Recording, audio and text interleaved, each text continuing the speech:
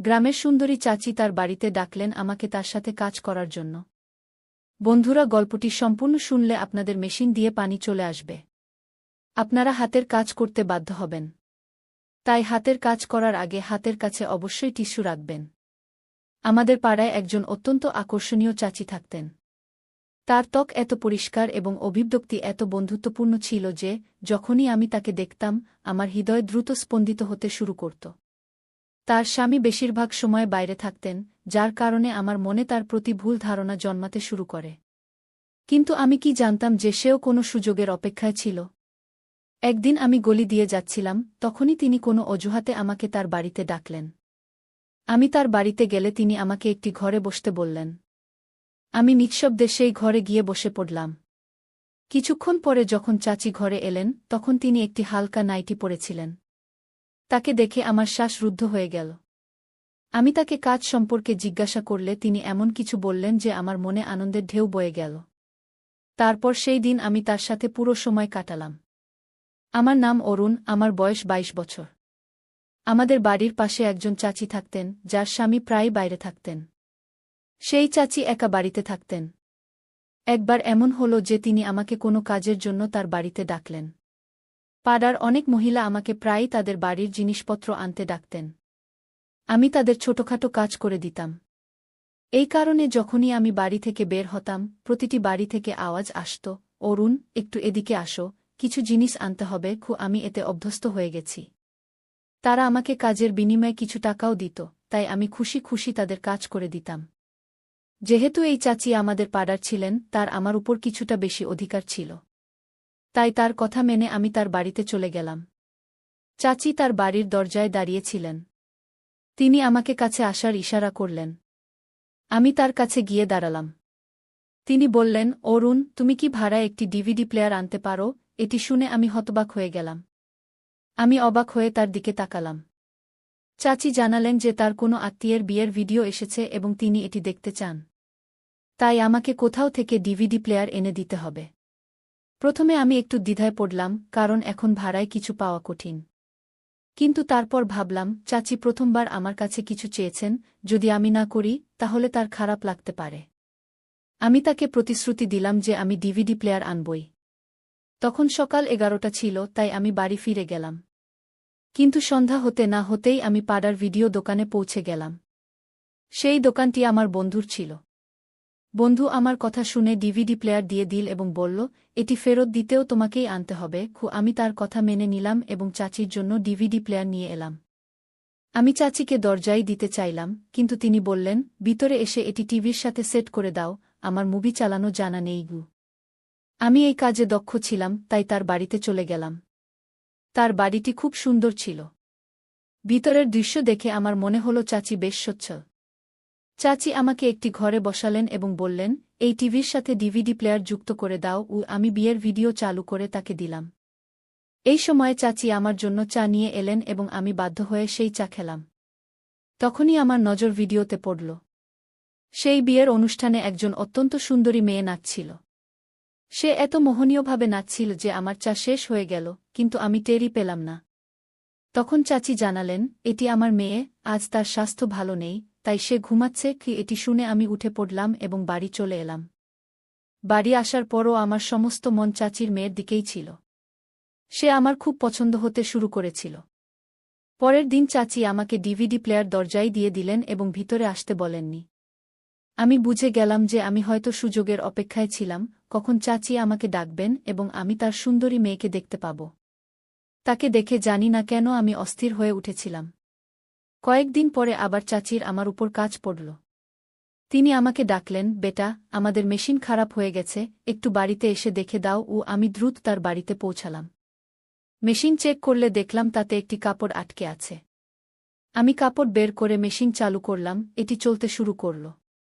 এটি দেখে চাচি খুশি হয়ে বললেন, শুক্রিয়া, এটি ঠিক হয়ে গেছে। আমার কাপড় ধোয়া ছিল। তারপর তিনি বললেন, আমার মেয়ের ঘুম থেকে ওঠার সময় হয়ে গেছে।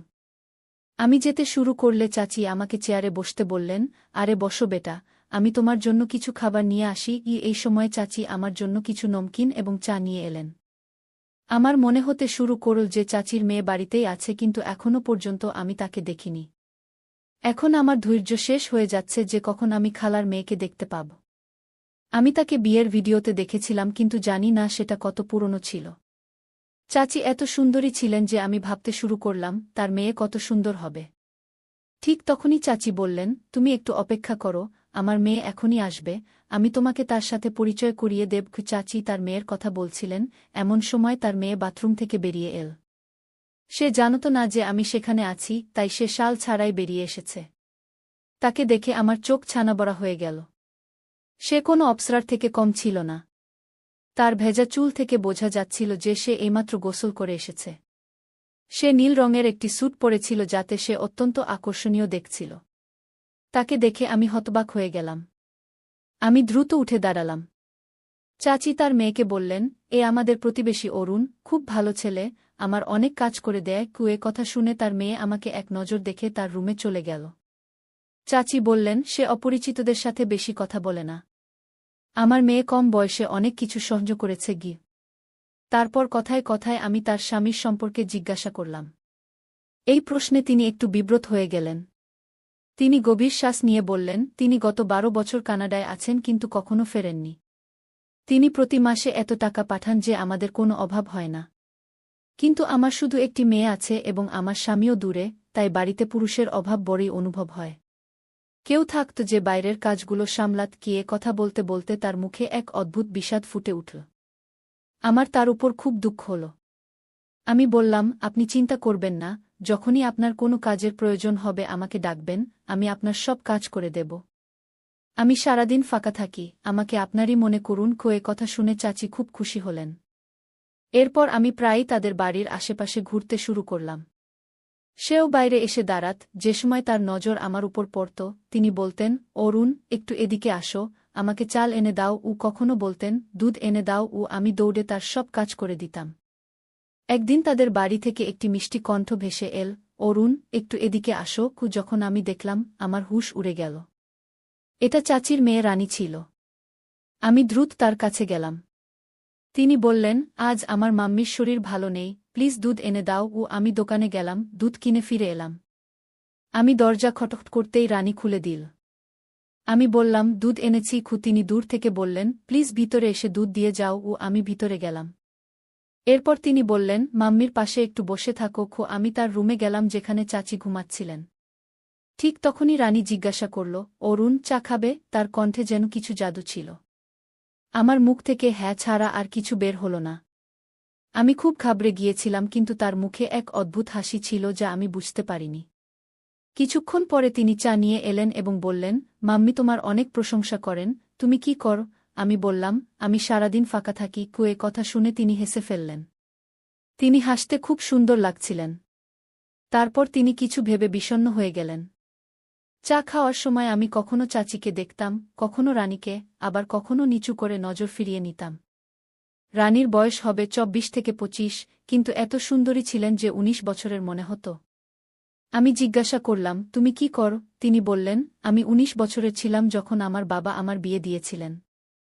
কিন্তু কয়েক মাস পর আমার স্বামীর মৃত্যু হয়। শ্বশুরবাড়ির লোকেরা আমাকে অশুভ বলে বাড়ি থেকে বের করে দিয়েছিল। এ কথা শুনে আমি হতবাক হয়ে গেলাম। তিনি বিয়ে করা বলে মনে হচ্ছিল না। ঠিক তখনই চাচির কণ্ঠ ভেসে এল, অরুণ, তোমার বিয়ে হয়েছে? আমি না বলে মাথা নেড়ে দিলাম।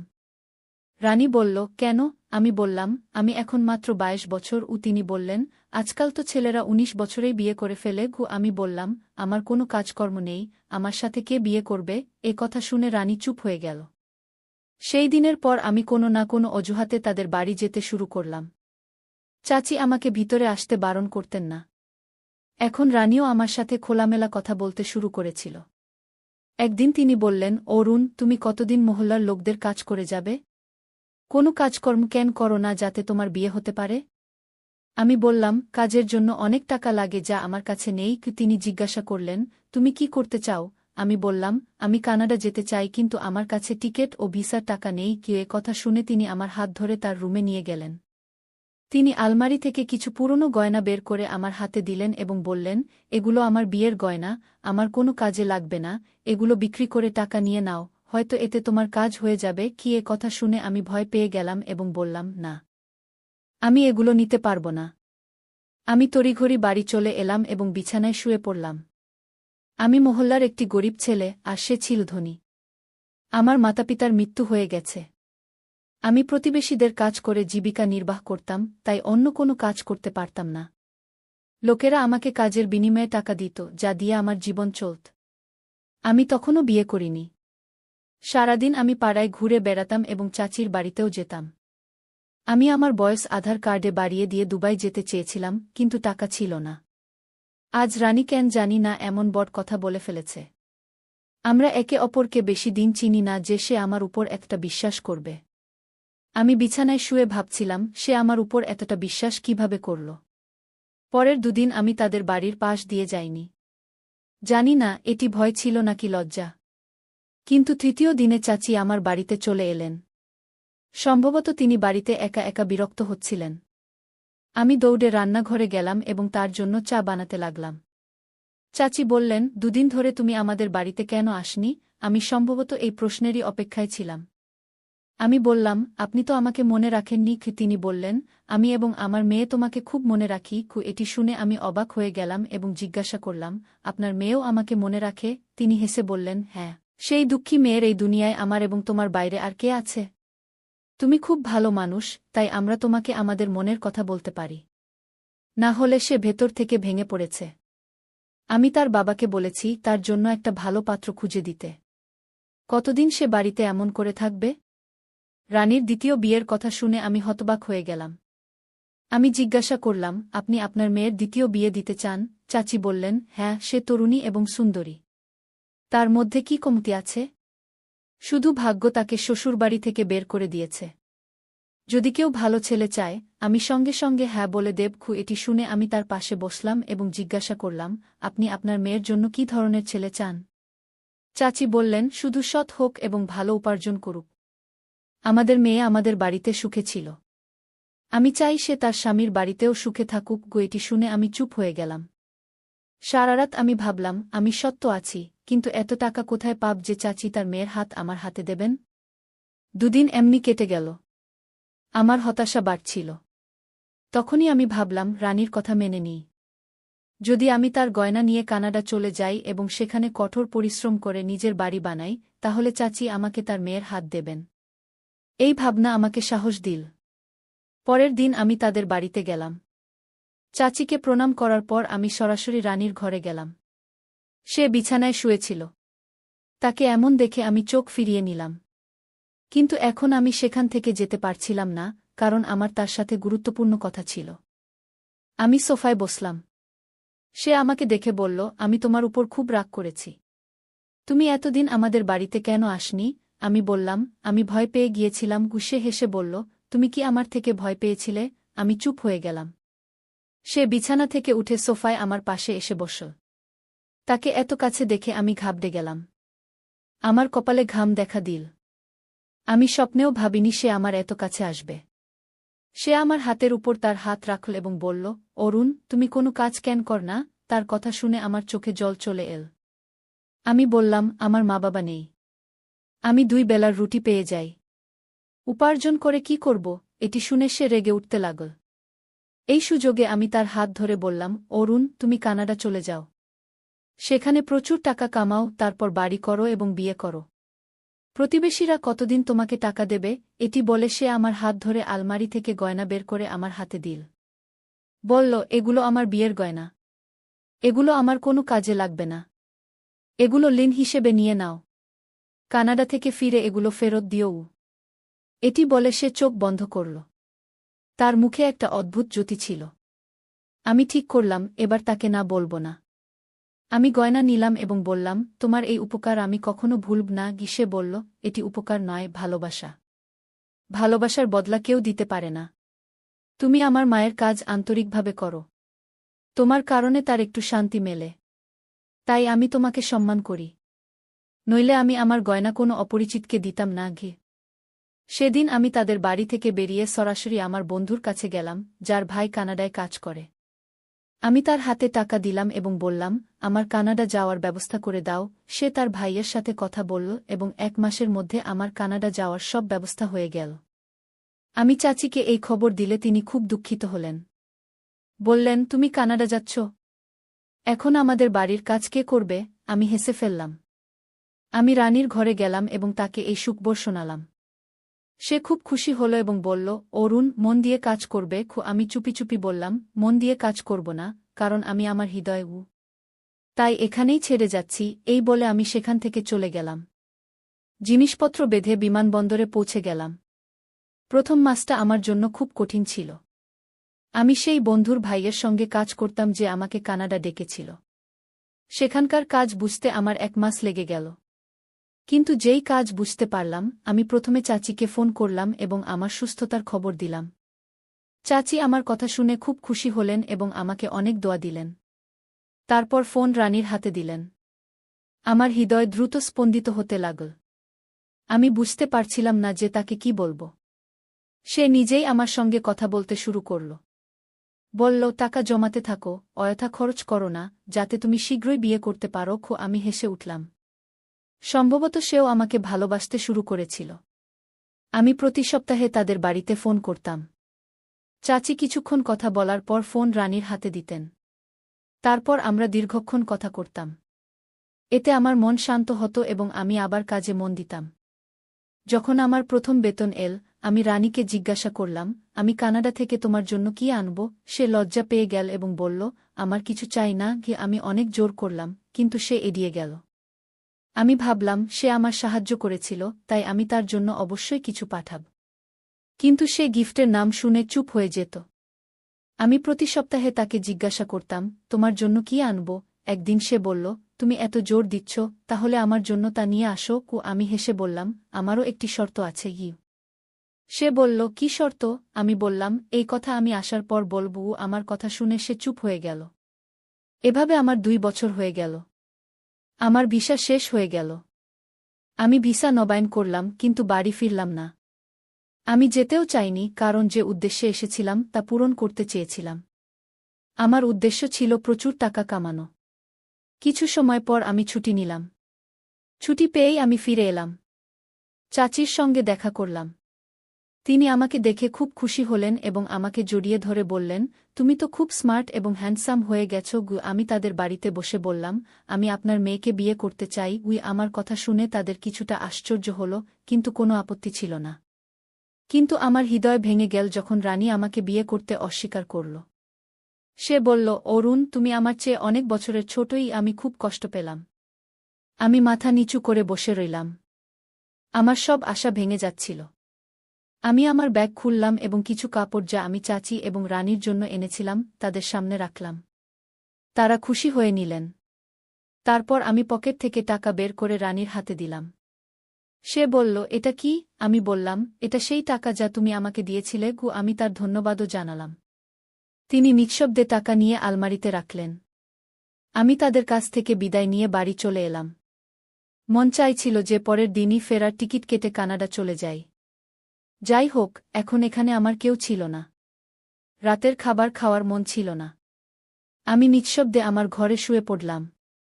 সকালে পাড়ার লোকেদের সঙ্গে দেখা করলাম। তারা বলল, তুমি খুব ভাগ্যবান যে এত তাড়াতাড়ি নিজের পায়ে দাঁড়িয়ে গেছ। কিন্তু আমার মন বিষণ্ণ ছিল। আমি 10 দিনের ছুটিতে এসেছিলাম, কিন্তু 5 দিনেই ফেরার টিকিট বুক করলাম। যাওয়ার আগে আরেকবার ভাগ্য পরীক্ষা করার ভাবনা এল। চাচিকে বললাম, কোনোভাবে আপনার মেয়েকে রাজি করান। আমি বয়সে ছোট হলেই বা কি হয়েছে? আপনার মেয়ে আমার সাথে সুখে থাকবে। চাচিও চাইতেন যে তার মেয়ের বিয়ে শীঘ্রই হোক। শেষ পর্যন্ত আমরা অনেক চেষ্টা করলাম এবং রানীকে আমাদের কথা মানতে হল। তার হ্যাঁ শুনে আমার খুশির সীমা রইল না। আমাদের বিয়ে হয়ে গেল। আমি আমার প্রেম পেলাম। আমি তাকে আমার সাথে কানাডা নিয়ে গেলাম। এখন আমার ভালো চাকরি এবং নিজের বাড়ি আছে। আমাদের 2টি সন্তান আছে এবং আমরা সুখী জীবন যাপন করছি। তাই বন্ধুরা, এটা ছিল আমাদের আজকের চমৎকার এবং রোমাঞ্চকর গল্প। আপনি এই গল্পটি কেমন লাগলো আমাদের কমেন্ট করে জানাবেন। আপনার মতামত আমাদের জন্য খুব গুরুত্বপূর্ণ। যদি গল্পটি ভালো লাগে, লাইক করুন, বন্ধুদের সঙ্গে শেয়ার করুন এবং আমাদের চ্যানেল সাবস্ক্রাইব করতে ভুলবেন না, যাতে আপনি আসন্ন মজার গল্পগুলি থেকে বঞ্চিত না হন। তাহলে দেখা হবে পরের গল্পে। ধন্যবাদ।